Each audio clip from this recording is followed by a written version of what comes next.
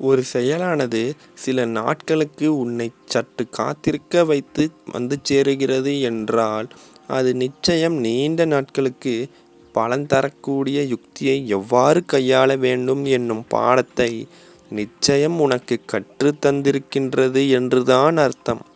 இதை புரிந்து கொள்ளும் ஒரு மானுடனே நிச்சயம் காத்திருந்து பெற்றவற்றை பேணி பாதுகாப்பான். ஆம், காத்திருந்து பெறும் ஒரு பொருளுக்கே மதிப்பு அதிகம்.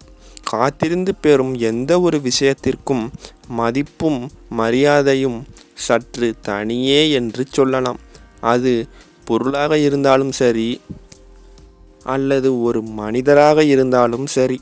எளிதில் கிடைத்துவிடும் பொருட்கள் மற்றும் எளிதில் நடந்து முடிந்துவிடும் செயல்களுக்கு வெகு நாட்கள் மதிப்பு இருக்காது. சற்று தாமதத்துடன் வந்து சேரும் காரியங்களே போற்றத்தக்க ஒன்றாக கருதப்படும். இந்த காத்திருப்பில் பொறுமையானது பெரும் பங்கு வகிக்கிறது. ஆம், காத்திருப்பதற்கு பொறுமையானது மிக மிக அவசியமாகும். நிதானித்து வேண்டிய செயல்களுக்கான உழைப்பை தந்து காத்திருக்கும் மனமானது மிகவும் பக்குவமடைந்த மனமாகத்தான் இருக்கும். அவசரப்பட்டு எடுத்த முடிவுகளால் ஏற்பட்ட ஏமாற்றங்களும் காயங்களும் வலிகளும் தான் ஒருவனை காத்திருந்து முழு பலனை பெறச் செய்கின்றது. காத்திருப்பதில் இருக்கும் சுவாரஸ்யமே தனிதான். இதை புரிந்து கொண்டவனுக்கே அர்த்தமானது புரியும்.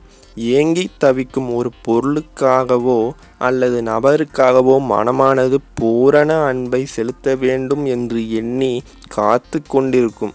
இந்த வகை காத்திருப்பால் அர்த்தம் உள்ளது.